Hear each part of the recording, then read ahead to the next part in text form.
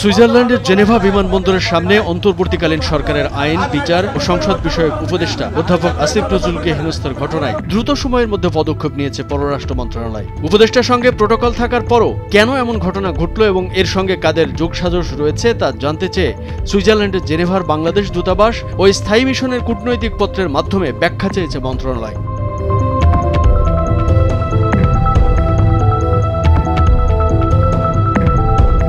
সদর দপ্তরের কূটনৈতিক পত্র পাওয়ার পর ইতিমধ্যে তথ্য সংগ্রহ করে ঢাকায় প্রতিবেদন পাঠিয়েছে জেনেভার বাংলাদেশ দূতাবাস ও স্থায়ী মিশন। আওয়ামী লীগ আমলে জেনেভা মিশনে নিয়োগ পাওয়া একজন কর্মকর্তা এবং এক লোকাল স্টাফের যোগসূত্র থাকতে পারে বলে ওই প্রতিবেদনে উল্লেখ করা হয়েছে।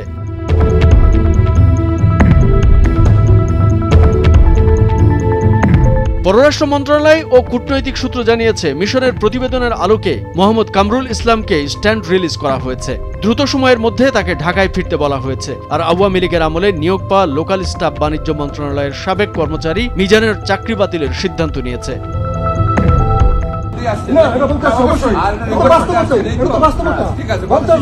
হেনস্থার ঘটনায় ৩ হোতা সুইজারল্যান্ড আওয়ামী লীগের সভাপতি নজরুল ইসলাম জমাদার, সাধারণ সম্পাদক শ্যামল খান এবং ঘাতক দালাল নির্মূল কমিটির সুইজারল্যান্ড শাখার আহ্বায়ক খলিলুর রহমান সহ প্রায় সবাইকে শনাক্ত করা হয়েছে। তাদের বিরুদ্ধে আইনানুগ ব্যবস্থা গ্রহণের প্রক্রিয়া শুরু হয়েছে।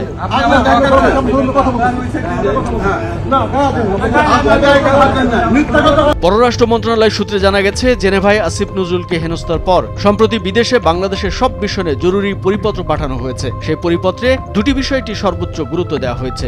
প্রথমত, সরকারের গুরুত্বপূর্ণ ব্যক্তিবর্গের বিদেশ সফরকালে যথাযথ প্রোটোকল ও নিরাপত্তা নিশ্চিত করা। দ্বিতীয়ত, যে কোনো অনাকাঙ্ক্ষিত পরিস্থিতি এড়াতে রাষ্ট্রদূত সহ মিশনের কর্মকর্তাদের সর্বোচ্চ চেষ্টা করতে হবে।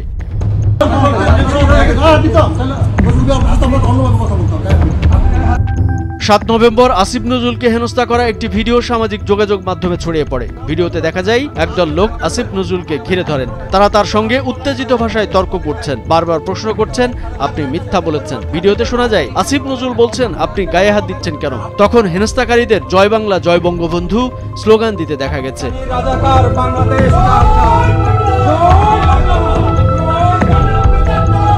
বাংলাদেশের স্থানীয় সময় ৮ নভেম্বর দিবাগত রাতে আইন উপদেষ্টার ভিডিও ভাইরাল হওয়ার পর জেনেভাস্থ বাংলাদেশি মিশন সূত্রে জানা যায়, ILOর গভর্নিং বডি এবং সংস্থাটির গুরুত্বপূর্ণ কর্মকর্তাদের সঙ্গে বৈঠক করতে রাষ্ট্রীয় সফরে জেনেভা সফরে গেছেন আসিফ নজরুল। সব আনুষ্ঠানিকতা শেষ করে দেশে ফিরছিলেন তিনি। গাড়ি বিমানবন্দরে নামার পর একদল লোক তাকে ঘিরে ফেলেন। এরপর উপদেষ্টা বিমানবন্দরে প্রবেশের আগ পর্যন্ত হেনস্থাকারীরা তাকে বিরক্ত করতে থাকেন।